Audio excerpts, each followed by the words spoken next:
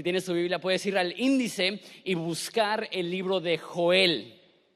La razón que probablemente vas a tener que ir al índice es que Joel es un librito de 3 capítulos escondido en una parte de la Biblia que se llaman los profetas menores, que son muchos libritos chiquitos que no son considerados muy seguidos, no son libros famosos como los evangelios o algo así. Entonces yo, que tengo años estudiando la Biblia, batallo para encontrarlo y ando que ¿dónde está? No. Entonces ahórrate el problema, ve al índice, checa dónde está Joel, y las próximas 3 semanas estaremos considerando el libro de Joel, entonces lo puedes estar leyendo en casa.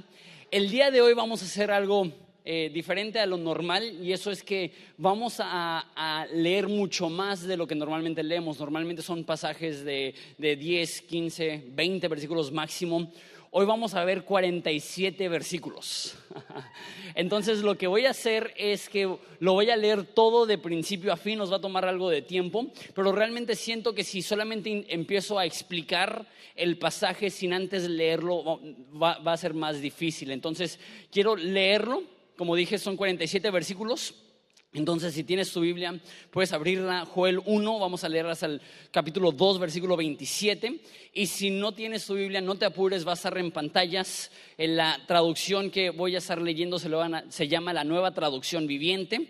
Entonces, acompáñame a leer eso. Como digo, nos va a tomar unos minutos, pero va a valer la pena. Dice así: el Señor le dio el siguiente mensaje a Joel, hijo de Peteol, como se diga. Oigan esto, líderes del pueblo, escuchen todos los habitantes de la tierra. En toda su historia había sucedido antes algo semejante. Cuéntenlo a sus hijos en los años venideros y a sus hijos, y que sus hijos los relaten a sus hijos. Transmitan esa historia de generación en generación. Después de que la oruga devoró las cosechas, el pulgón acabó con lo que quedaba, y luego vino el saltamontes y llegó también la langosta. Despiértense borrachos y lloren, giman bebedores de vino. Todas las uvas están arruinadas y se acabó el vino dulce. Un inmenso ejército de langostas ha invadido mi tierra, un ejército terrible, imposible de contar. Sus dientes son como los del león y sus colmillos parecen los de leona. Destruyó mis vides, arruinó mis higueras, les arrancó la corteza y las destruyó, las dejó sus ramas blancas y desnudas. Lloren como una recién casada vestida de luto, quien llora la muerte de su esposo. Pues no hay grano ni vino para ofrecer en el templo del Señor. Por eso los sacerdotes están de luto y los ministros del Señor están llorando. Los campos están arruinados, la tierra quedó desnuda, el grano está destruido, la uva se secó y se acabó el aceite de oliva. Lamentense ustedes, agricultores, giman, ustedes que cultivan vides, lloren porque el trigo y la cebada, todos los cultivos del campo están arruinados.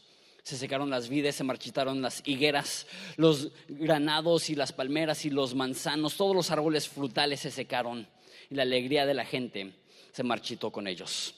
Ustedes, sacerdotes, vístanse de tela áspera y lloren, giman ustedes los que sirven ante el altar, vengan y pasen la noche vestidos de tela áspera. Ustedes, ministros de mi Dios, pues no hay grano ni vino para ofrecer en el templo de su Dios. Proclamen un tiempo de ayuno, convoquen al pueblo a una reunión solemne, reúnan a los líderes y a toda la gente del país en el templo del Señor su Dios. Ahí clamen a Él. El día del Señor está cerca, el día cuando la destrucción viene de parte del Todopoderoso. Qué terrible será aquel día. La comida desaparece delante de nuestros ojos. Ya no hay celebraciones de júbilo en la casa de nuestro Dios. Las semillas mueren en tierra reseca. Las cosechas de grano se pierden. Los establos están vacíos. Los graneros abandonados. Como braman de hambre los animales, y las manadas de ganado vagan desorientadas porque no encuentran pasto. Los rebaños de ovejas y cabras gimen en su sufrimiento. Señor, ayúdanos. El fuego ha devorado los pastos del desierto y las llamas han consumido todos los árboles. Hasta los animales salvajes claman a ti, porque los arroyos se secaron y el fuego ha devorado los pastos del desierto. Capítulo 2. Toquen las trompetas en Jerusalén, den alarma en mi monte santo, que todos tiemblen de miedo, porque está cerca el día del Señor. Es un día de oscuridad y de penumbra, un día de nubes densas y sombras profundas. De repente, como el amanecer se extiende sobre las montañas, aparece un ejército grande y poderoso. Nunca antes había visto algo semejante ni se volverá a ver jamás. Fuego va delante del ejército, llamas detrás. Delante de ellos la tierra se extiende, tan hermosa como el Edén. Detrás queda solo desolación, nada escapa. Parecen caballos, van a la carga como caballos de guerra. Mírenlos saltar a lo largo de las cumbres. Escuchen el estruendo que producen, como el retumbar de carros de guerra, como el rugir del fuego que arrasa los campos de hierba seca o el despliegue de un poderoso ejército en batalla. El miedo se apodera de la gente, cada rostro palidece de terror. Los agresores marchan como guerreros y escalan muros de la ciudad como soldados. Marchan hacia adelante sin romper filas. No se empujan unos a otros, cada uno se mueve en la posición exacta. Atraviesan las líneas de defensa sin perder la formación. Irrumpen en la ciudad y corren a lo largo de sus muros. Se meten en todas las casas, como ladrones trepan por las ventanas. La tierra tiembla mientras avanzan, los cielos se estremecen, el sol y la luna se oscurecen y las estrellas dejan de brillar. El Señor va a la cabeza de la columna, con un grito los guía. Este es su ejército poderoso y ellos siguen sus órdenes. El día del Señor es algo imponente y pavoroso. ¿Quién lo podrá sobrevivir? Por eso dice el Señor: vuélvanse a mí ahora mientras haya tiempo, entréguenme su corazón, acérquense con ayuno, llanto y luto. No se desgarren la ropa en su dolor, sino desgarren sus corazones. Regresen al Señor su Dios, porque Él es misericordioso y compasivo, lento para enojarse y lleno de amor inagotable. Él está deseoso de desistir y no de castigar. Quién sabe, quizá le suspenda el castigo y envíe bendición en vez de maldición. Quizá puedan ofrendar grano y vino al Señor como lo hacían antes. Toquen el cuerno del carnero en Jerusalén, proclamen un tiempo de ayuno, convoquen al pueblo a una reunión solemne. Reúnan a toda la gente, ancianos, niños, aún los bebés. Llamen al novio de su habitación, a la novia de su cuarto de espera. Que los sacerdotes, quienes sirven en presencia del Señor, se levanten y lloren en la entrada del templo de la tarde y que oren: perdona a tu pueblo, Señor. No permitas que tu preciada posesión se convierta en objeto de burla. No dejes que lleguen a ser burla de extranjeros incrédulos que dicen: ¿los ha abandonado el Dios de Israel? Entonces el Señor se compadecerá de su pueblo y los guardará celosamente como honor de su tierra. El Señor responderá: miren, les envío grano y vino nuevo y aceite de oliva suficiente para satisfacer sus necesidades. Ya no serán objeto de burla entre las naciones vecinas. Expulsaré a estos ejércitos que vienen del norte. Los enviaré a tierra árida y desolada. Los que van a la vanguardia serán arrojados al mar muerto. Los que vienen a la retaguardia al Mediterráneo. El hedor de sus cuerpos en composición se elevará sobre la tierra. Realmente el Señor ha hecho grandes cosas. No temas, oh tierra, alégrate ahora y regocíjate, porque el Señor ha hecho grandes cosas. No teman animales del campo, porque pronto los pastores del desierto recobrarán su verdor. Los pastos, del desierto recobrarán su verdor. Los árboles volverán a colmarse de fruto. Las higueras y las vides se llenarán una vez más. Alégrense, habitantes de Jerusalén, alégrense en el Señor su Dios, pues la lluvia que Él envía demuestra su fidelidad. Volverán las lluvias del otoño, así como las de primavera. El grano volverá a amontonarse en los campos de trillar. Los lagares desbordarán de vino y aceite de oliva. El Señor dice: les devolveré lo que perdieron a causa del pulgón, el saltamontes, la langosta y la oruga. Pues yo fui quien envió ese gran ejército destructor contra ustedes.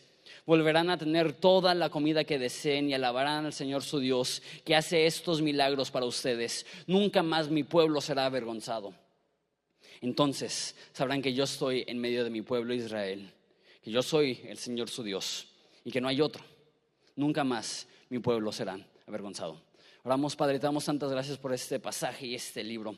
Y Padre, aunque es un libro antiguo de más de 2500 años, creemos que tu palabra es viva y es eficaz, y que este mensaje está tan vivo y es tan importante hoy como lo fue hace 2500 años. Padre, ayúdanos a ser un pueblo que en medio de la calamidad y la dificultad y en la destrucción aprendemos a mirarte a ti, a verte a ti, a buscarte a ti. En nombre de Jesús. Amén. Entonces estamos hablando de ese concepto y lo explicaré al final de ratas y atardeceres. Pero el título de este mensaje el día de hoy es Está fea la rata. Está fea la rata. Voltea con la persona que tienes a tu lado y como si tuvieras una rata en los pies, dile: está fea la rata. Está fea la rata. ¿Por qué? Porque esa es una situación difícil en la cual se enfrenta Israel. Tenemos dos situaciones devastadoras, no sé si las vieron. La primera es una invasión de langostas. Y tú dices: qué chido, vamos a Puerto Nuevo. Me gustan esas. Las langostas son como saltamontes, pero más grandes. Miden de 10 a 15 centímetros y sus alas son largas. De hecho, estaba en África y entró en el cuarto donde estábamos comiendo una langosta. Y yo pensaba que era un murciélago por el tamaño. Me dijeron: no, es una langosta. Y a diferencia de los saltamontes que vuelan un ratito y aterrizan, pueden estar volando el tiempo que sea. Y lo que sucede, y de hecho esto sucedió hace 60 años en Israel y Siria, es que llegan estas langostas y dejan sus huevillos en los campos. Y cuando salen son unas pequeñas orugas que empiezan a comer. Y después de que se acaban eso empiezan a crecer y brincan a otros campos y empiezan a comer ahí. Y después les empiezan a salir alas y vuelan millones de ellas, tantas que tapan el sol y tapan la luna y tapan las estrellas. Y se comen todos los campos. Y se lloren porque se han acabado los campos, y no solamente los campos de trigo, sino que las higueras y los manzanos y las palmas, todos se han comido. Imagínate, para una cultura agrícola, lo devastador que es que se coma toda la cosecha una plaga de langostas. Eso era terrible. Y no solamente está absolutamente devastada la economía de Israel, sino que para empeorar las cosas, no solamente hubo una invasión de langostas, sino que hay una sequía tan terrible que se han secado los ríos y las bestias están gimiendo porque no encuentran ni comida ni agua. Y para empeorarlo, no solamente las langostas se comieron la fruta y el fruto, y no solamente la sequía secó todos los campos, sino que hubo un incendio que quemó todo. Y ya no hay ni siquiera pasto seco para que coman las vacas y las ovejas. Simplemente se están muriendo de hambre. Esa es una crisis. Y es horrible. Es el primer capítulo. Está bastante gacho. Está fea la rata. Ahorita explico lo que quiere decir eso. Segundo capítulo. Narra este ejército que llega bien formado, temible, que son como caballos de guerra, que frente a ellos es un Edén. Y cuando lo cruzan, hay tantas personas que se alimentan de el huerto del Edén y lo dejan seco, como las langostas. Pero en esa ocasión no son langostas, es un ejército tan devastador que va destruyendo todo a su alrededor. Van metiéndose a las casas por las ventanas. Y dice que al frente de ese ejército está Dios. Está dirigiendo su ejército para destruir a todos sus enemigos.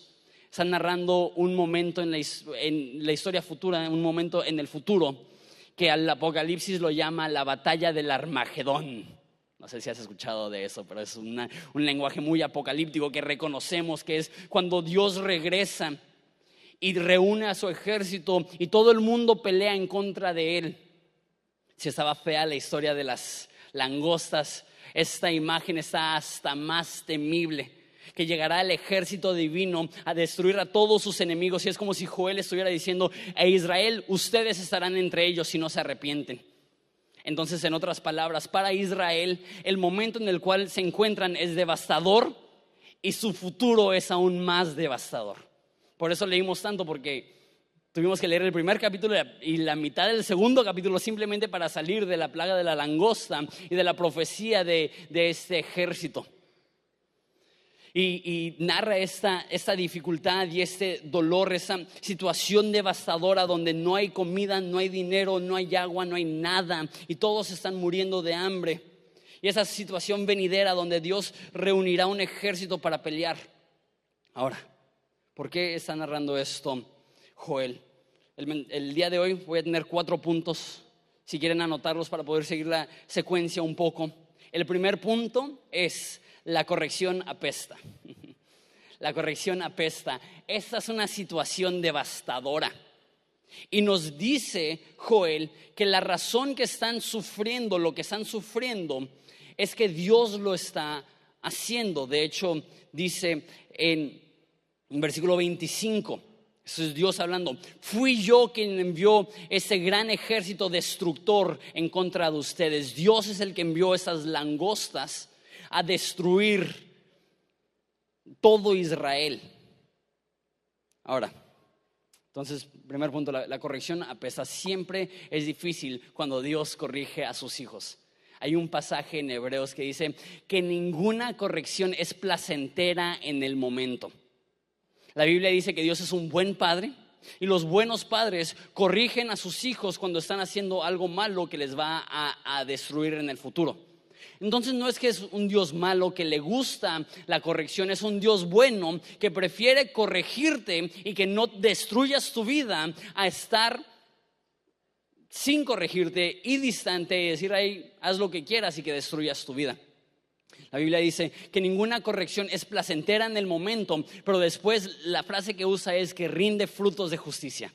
La corrección no es agradable, pero cuando Dios corrige a sus hijos, produce algo en ellos que vale la pena. Produce en ellos madurez y crecimiento. Produce en ellos fe y les ayuda a seguir avanzando en su caminar.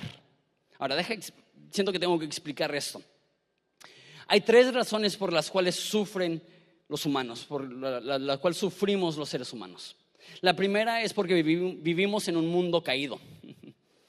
La Biblia dice que el mundo no está como Dios lo creó. Dios lo creó perfecto y el humano en su pecado lo ha destruido, lo ha devastado.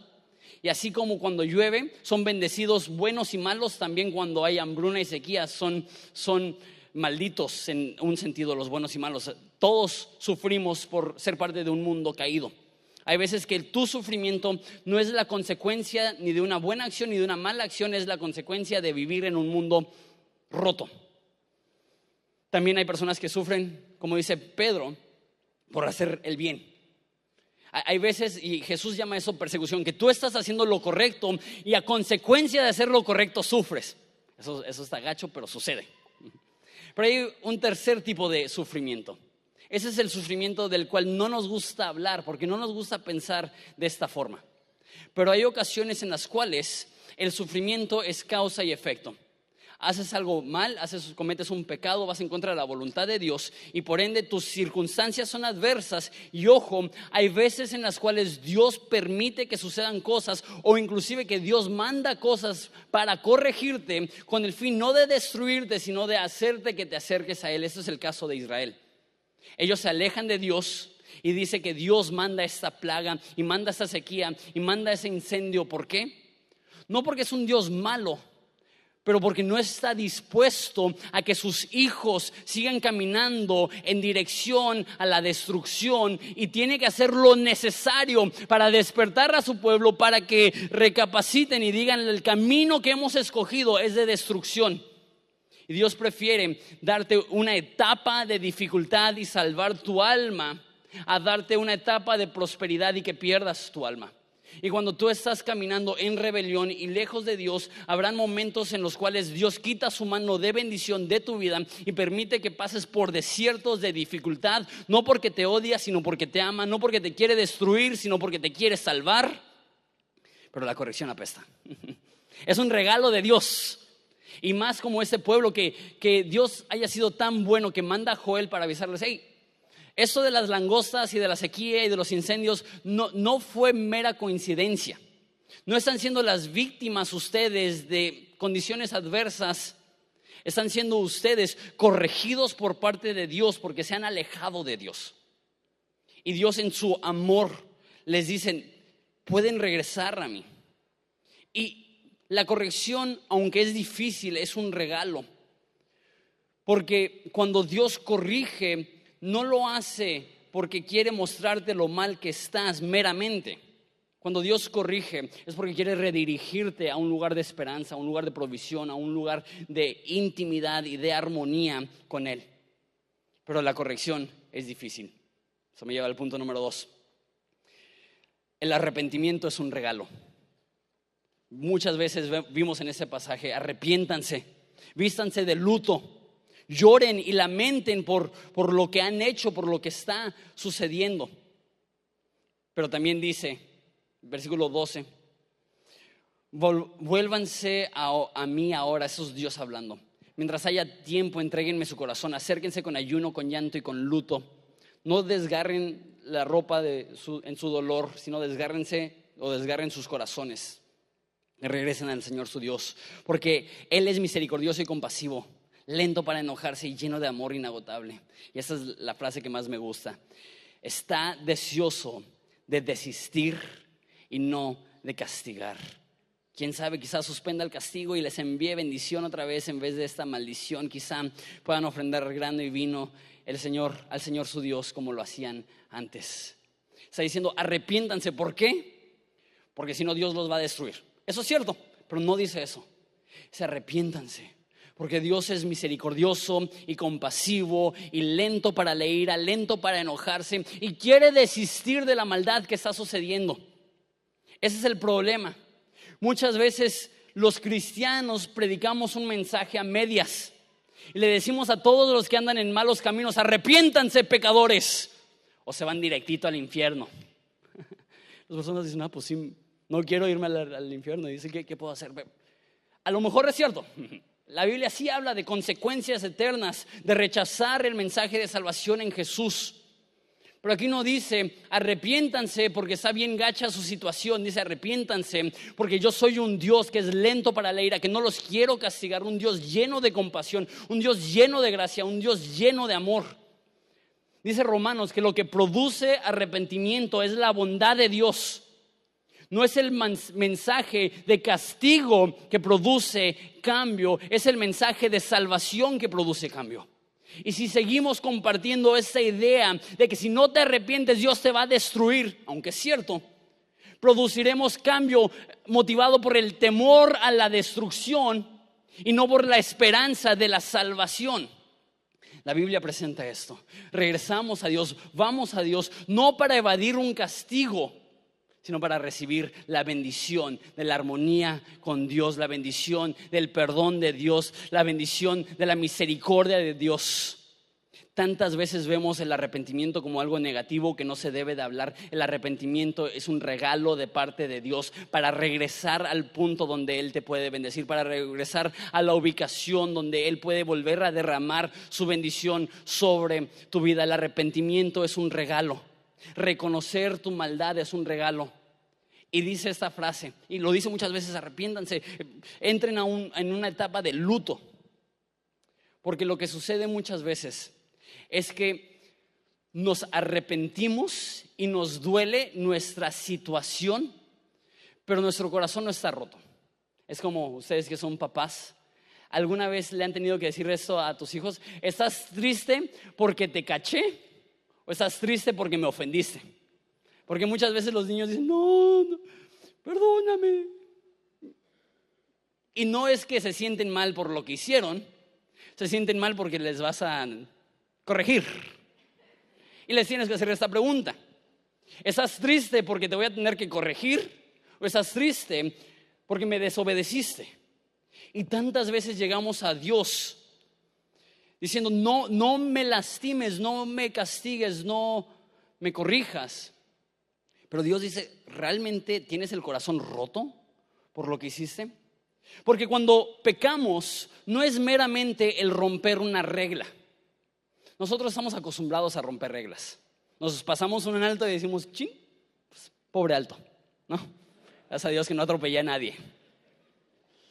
Y muchas veces así cuando pecamos, ¡ay! Me equivoqué, lástima.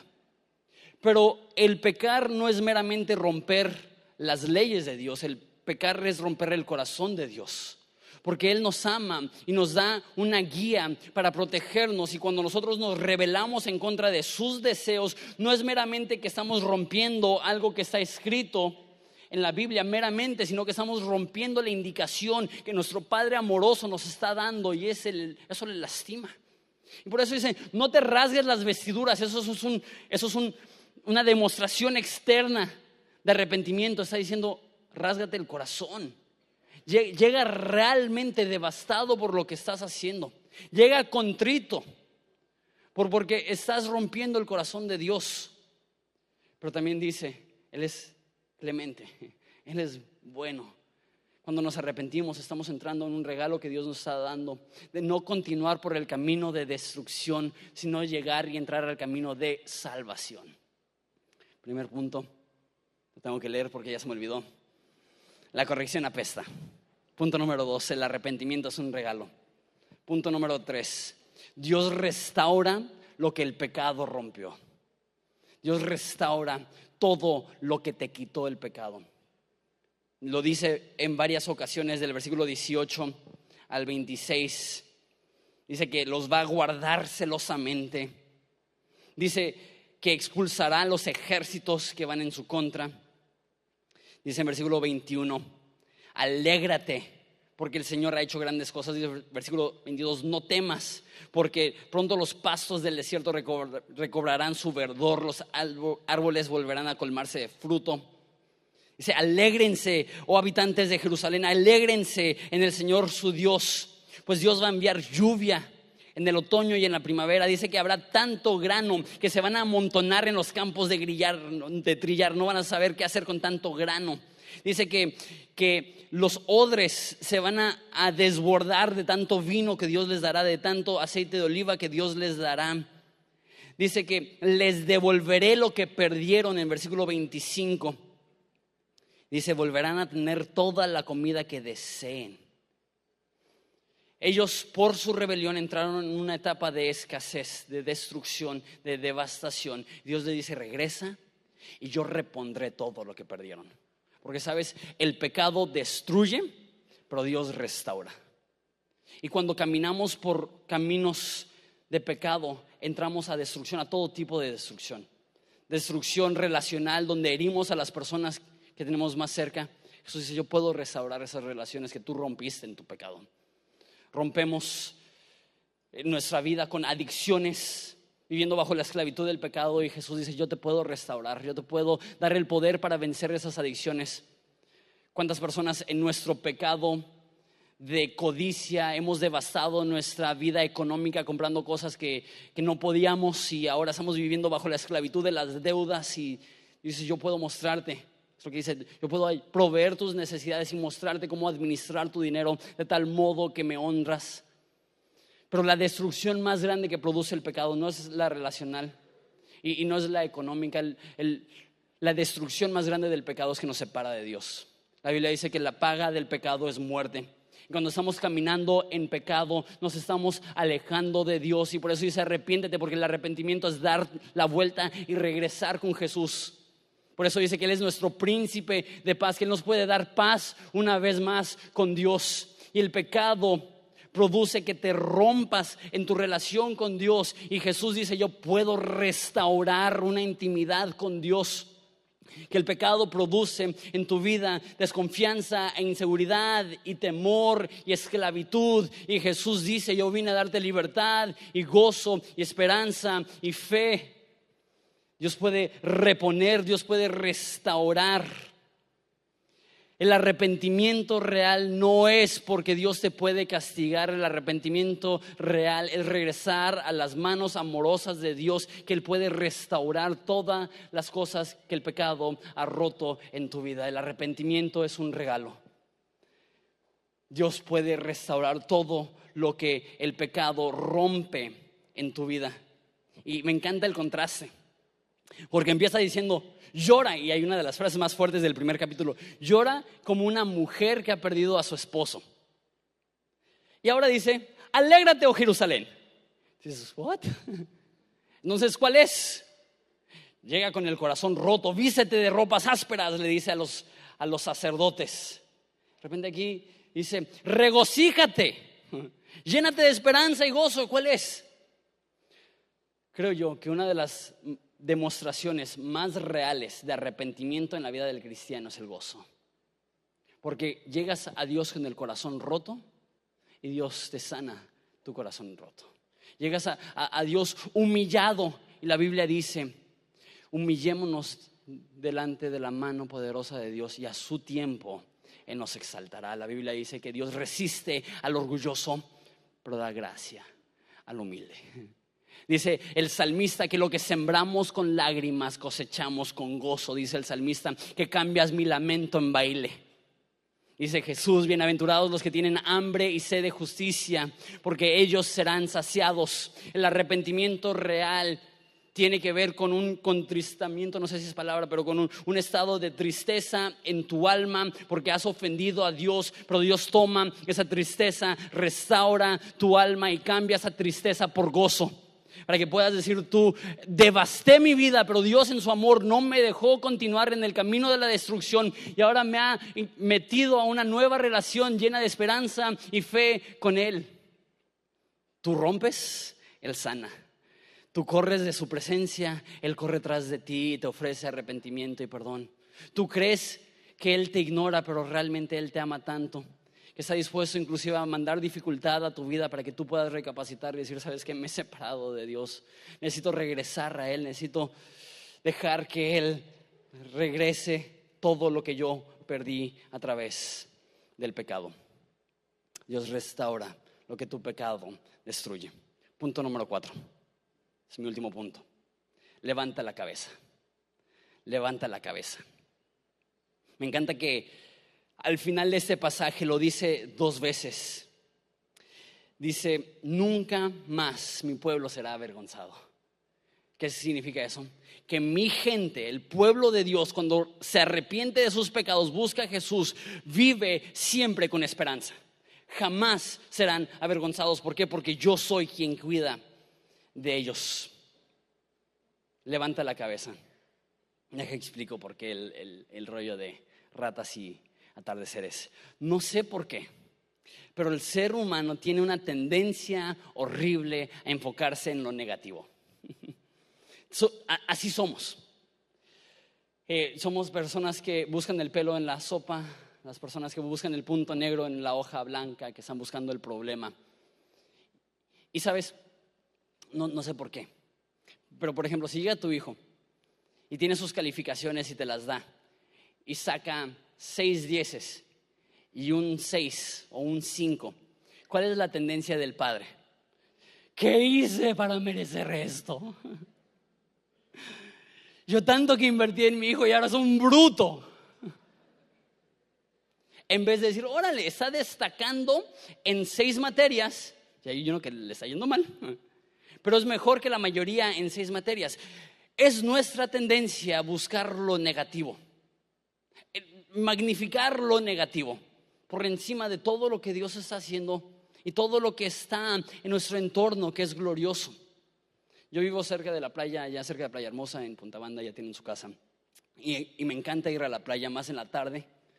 Ustedes saben, los atardeceres ensenadenses son pintados por Dios, y para mí es casi una terapia ir en las tardes a caminar en el malecón, respirar el aire fresco, el aire salado. Y hace poco estaba caminando y era uno de esos días donde la puesta del sol te deja con la boca abierta.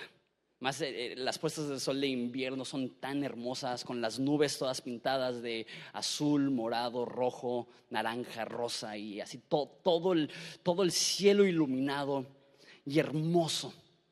Estaba caminando y disfrutando y respirando profundo y diciendo, amo Ensenada, es la mejor ciudad del mundo. Y me pasa una rata por el pie. Y así como que odio Ensenada,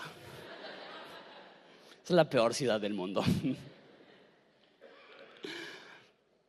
Y en ese momento me cayó el 20, porque me arruinó la tarde. ¿Cómo puede ser que en el malecón que permitan que haya esas cosas? Y si sabes, si ves ahí, hay un problemita ahorita, que hay un buen de ratas. ¿Te gustan las ratas? A nadie, ¿verdad? Y me frustró. ¿Cómo puede ser que en un lugar tan hermoso como el malecón haya ratas? Y de repente me cayó el 20. ¿Cómo puede ser que un pequeño roedor me arruine el atardecer que Dios mismo pintó para alegrarme la tarde? Eso es lo que sucede. Exaltamos lo negativo y lo negativo opaca las bendiciones de Dios. Es la tendencia humana. Dios nos regaló unas vacaciones increíbles y pudimos ir a la ciudad de París. Y me metí al internet a ver cosas que hacer y reseñas y cosas así. Y es chistoso porque las reseñas todas decían cosas como: está bien sucia la ciudad, hay basura por todas partes, el metro está horrible, apesta la ciudad. Es una de las ciudades más hermosas del mundo, pero el humano está buscando lo malo. Y prefieres enfocarte en la basurita en el piso que disfrutar la arquitectura de los mejores arquitectos que han vivido. Es la tendencia humana. Olvidar las bendiciones de Dios, olvidar lo que Dios está haciendo. Fui a África, voy llegando de ese viaje y yo tenía cierta expectativa. He estado en muchos lugares pobres, muchos lugares con necesidad, en México, en Cuba también fui allá. Y algo que esperaba por mi experiencia en México cuando vas a lugares humildes es que, aunque es gente que no tiene nada, Dios les da el don de ser buenísimos para cocinar. Vas a una casa humilde en México y aunque sea tortillas, frijoles y chile, te sabe a gloria. Y puedes ir a una casa súper humilde y te guisan un huevito con frijoles y te sabe mejor que cualquier chef del Valle de Guadalupe. Y creo que es porque en México, si eres humilde, hay muchos lujos que no puedes disfrutar, pero Dios nos ha regalado en este país la mejor comida del universo. Y es como que es uno de los pocos lujos que pueden tener. Entonces la gente humilde, así las señoritas en pueblos, es como que lo máximo. Entonces iba con como esa expectativa. Pues en lugares donde hay mucha pobreza, tienen que aprender a ser súper buenos a guisar lo que saben guisar. Y llegué y el primer día desayunamos arroz blanco con frijoles. Chido. Comimos arroz blanco con frijoles. Cenamos arroz blanco con frijoles. Al otro día desayunamos arroz blanco con frijoles. Después de 2-3 días yo ya estaba harto. Sin tortillas, sin pan, no un arroz frito así, un arroz blanco, sin sabor, con frijoles. Y no es que sabía malo, es que era una comida muy incompleta, con poco sabor. Y después de 3-4 días de comer lo mismo, yo me estaba volviendo loco. Yo estaba comiendo y estaba uno de los capellanes que estaba recién llegado de la guerra, disfrutando una semana de paz, literal, antes de regresar a la guerra. Estaba comiendo y yo, de manera un poco sarcástica, estaba un poco cínica, le dije: ¿qué tal tu arroz y frijol? Pensando en una respuesta que afirmara mi frustración con la limitación del menú. Y era: ay, ya estoy harto. Él no percibió mi sarcasmo. Él pensó que era una pregunta honesta. Dijo: la verdad, estoy súper feliz. No recuerdo la última vez que comí 3 veces al día. Así como que chin.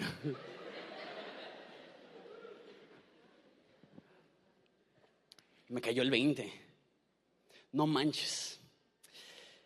El alimento más sencillo que he comido en mi vida es un manjar para esas personas. Es un banquete. Y su corazón agradecido porque pueden comer 3 veces al día cuando ellos están acostumbrados a comer 1 vez al día. Y no digo esto para que te sientas mal por tener cosas, pero yo me sentí mal y creo que tenemos que sentirnos mal si es que Dios pone esa convicción en tu corazón. No por tener cosas, no por vivir en el mejor país del mundo, no por vivir en la mejor ciudad del mundo, no por tener la mejor comida del universo, sino por tener todas estas cosas y no tener el agradecimiento que debemos de tener, porque buscamos las cosas pequeñas negativas y nos olvidamos el mundo de bendiciones que Dios nos está dando. ¿Cómo sería nuestra vida si llegáramos a nuestra casa, prendemos la luz y decimos: gracias a Dios que se prendió el foco? Que en vez de exaltar lo malo, exaltamos lo bueno. Sabes, el libro de Joel es interesante. Hay cierto patrón en los libros proféticos que es casi lo mismo: estás pecando, arrepiéntete y Dios te bendecirá. Eso es como el patrón que siguen los libros proféticos. Y ese es el patrón que sigue también Joel. Sin embargo, hay una diferencia entre Joel y otros libros proféticos. Este es el único libro de ese género que no menciona específicamente el pecado que estaban cometiendo. Menciona el resultado del pecado, la sequía, las langostas, el juicio venidero, todas estas cosas. Pero no menciona específicamente el pecado que están cometiendo. Simplemente les dice: arrepiéntanse. Jesús les está esperando con los brazos abiertos, porque Él es un Dios compasivo y lleno de misericordia. Y Dios restaurará y restablecerá todo lo que han perdido. Y es casi como si nos estuviera invitando: sé que tu pecado y tus problemas y tus dolores son reales, pero abre los ojos y ve que estás rodeado de la bendición de poder arrepentirte y regresar a un Dios que quiere desistir y no castigar. Tenemos suficientes bendiciones en manos de Dios para provocar en nuestros corazones un agradecimiento eterno. Sin embargo, de alguna forma, aunque hemos recibido salvación, seguimos buscando cosas por las cuales no estar agradecidos. Hay una frase en el libro de Pedro que dice: Él, por sus abundantes misericordias, les hizo nacer de nuevo a una esperanza viva. Nacer de nuevo significa que tenemos esperanza, que tenemos gozo, que podemos alegrarnos, porque sin importar qué tan terrible es nuestra situación y qué tan devastador es nuestro pecado, siempre podemos encontrar en las manos de Dios perdón y esperanza y transformación. Y eso debería ser suficiente para enfocarnos en eso, para buscar eso, no minimizando el problema, pero magnificando el Salvador. No minimizando el dolor, pero magnificando la esperanza. Como Pablo, que era una persona cuya vida estaba llena de sufrimiento, pero dice esto: esta leve tribulación momentánea no es digna ni siquiera de ser comparada con el eterno peso de gloria. Cuando reconoces lo hermoso que es estar acompañado de un Dios bueno y compasivo, ¿por qué enfocarnos en la maldad que nos rodea, en el dolor que nos rodea? Los cristianos debemos ser conocidos como las personas que buscan la esperanza donde parece no haber esperanza, donde buscamos el amor donde parece no haber amor. Y sabes, los cristianos a veces son conocidos por ser aún más negativos que los no cristianos. Hay una historia.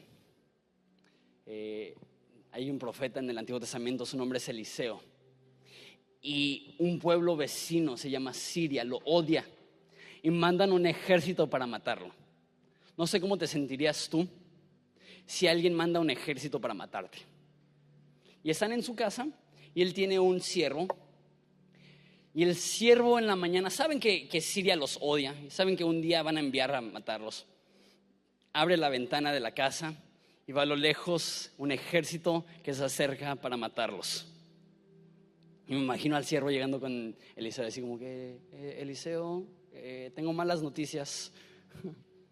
Viene un ejército a matarnos. Somos dos. Es un ejército completo.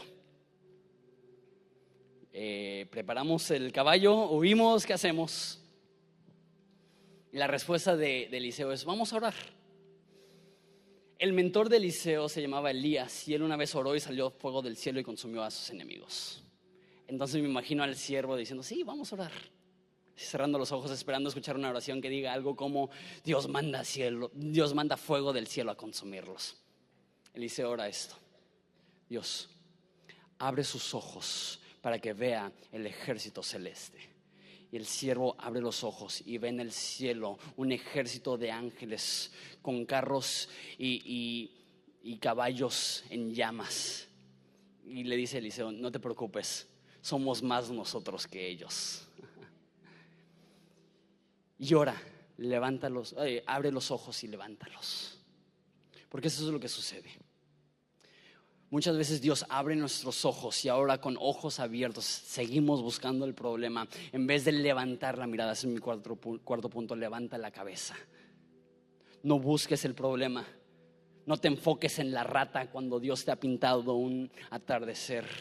No te enfoques en la basura cuando estás viendo grandeza. No te enfoques en tu pecado cuando tienes a tu Salvador delante de ti. Dice David en los Salmos,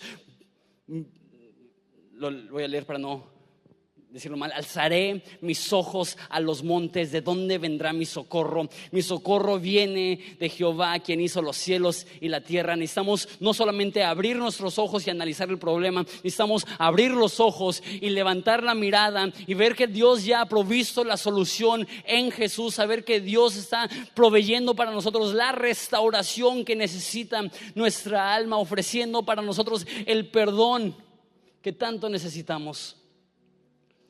Y es una epidemia, la negatividad. Y no lo digo por ustedes, lo digo por mí.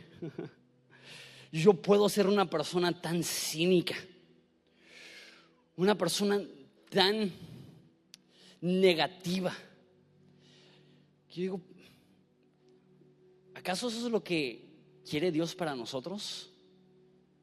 ¿O será que Dios dijo: venid a mí todos los que están cargados y cansados, y yo les haré descansar?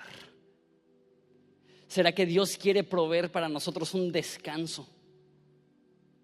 Y te invito a que vuelvas a leer este pasaje. Volverán a tener toda la comida que deseen y alabarán al Señor su Dios, porque hace milagros para ustedes. Mi pueblo jamás será avergonzado. Eso es lo que Dios nos presenta. Jesús dijo: yo vino para darles vida y vida en abundancia. Y no estoy diciendo que eres cristiano y nunca sufres, pero estoy diciendo que cuando le das tu vida a Jesús, cualquier sufrimiento que atravieses es tan diminuto a comparación de la esperanza que has recibido en Él. No estoy diciendo que los problemas se van a desaparecer y que ya vivirás en una nube el resto de tu vida diciendo: wow. Lo que sí te estoy diciendo es que cuando vives acompañado del Rey del universo, que te dice: ven a mí porque yo soy un Dios lleno de compasión, levantas la mirada, levantas la cabeza y dices: ¿de dónde viene mi socorro? Mi socorro viene de lo alto, mi vida viene de lo alto, mi esperanza viene de lo alto. Vamos a ponernos de pie. ¿Sabes? El nombre Joel viene de dos palabras: Jo, que viene de Jehová, y El, que viene de Elohim, que significa Señor. Eso es lo que significa Joel. Es Jehová es Dios, o Jehová es el Señor. Y es casi como si nos está diciendo: en medio de tu problema, Jesús sigue siendo Dios. En medio de tu dolor, Jesús sigue en el trono. En medio de la devastación que pueda haber, puedes correr a los brazos de Jesús y encontrar salvación y perdón. Esa es mi oración. La Biblia dice: grandes y numerosas bendiciones tiene Dios para nosotros. Dice que hemos recibido todas las bendiciones en lugares espirituales en Cristo Jesús. Dice que todo lo necesario para nuestra vida ha sido provista en Él. Que dice la Biblia que ahora, con la cara descubierta, esto es lo que vimos en Radiante, podamos ver y contemplar su gloria. Dios te abre los ojos, no para buscar la paja en el ojo ajeno, no para buscar el pelo en la sopa, no para buscar el problema en la situación, sino para ser de aquellos que decimos: el problema es real, pero mi Dios es más grande. El pecado es real, pero su perdón es más grande. La necesidad es real, pero su provisión es más grande. Y que domine en nuestros corazones la esperanza, porque esto es a lo cual nos ha llamado Dios. Que reine la fe, el amor y la esperanza. Padre, te pido que esto sea una realidad para nosotros. Ayúdanos a reconocer que tú estás pintando un panorama de salvación y bendición, y a no olvidarlo. Ayúdanos a reconocer que en medio del dolor y la dificultad tú sigues estando con nosotros. Dios, perdónanos, porque es tan fácil para nosotros vivir en el país más hermoso del mundo, pertenecer a una iglesia donde podemos encontrar comunidad y tu verdad predicada cada semana, que podemos vivir en una ciudad tan hermosa y bendecida como Ensenada, y aún así buscar razones para quejarnos. No se trata de olvidar el dolor, se trata de reconocer que hay un Salvador más grande que cualquier dolor que podamos atravesar. Ayúdanos a ver a los montes de donde viene nuestro socorro. Ayúdanos a alegrarnos porque tú puedes restaurar todo lo que el pecado había roto. Ayúdanos a ser una comunidad reconocida por nuestro gozo y nuestro agradecimiento. Eres tan bueno que jamás se nos olvide lo bueno que eres, y que rebose de nuestros corazones la gratitud que realmente mereces. En el nombre de Jesús. Amén. Vamos a cantarle a Jesús.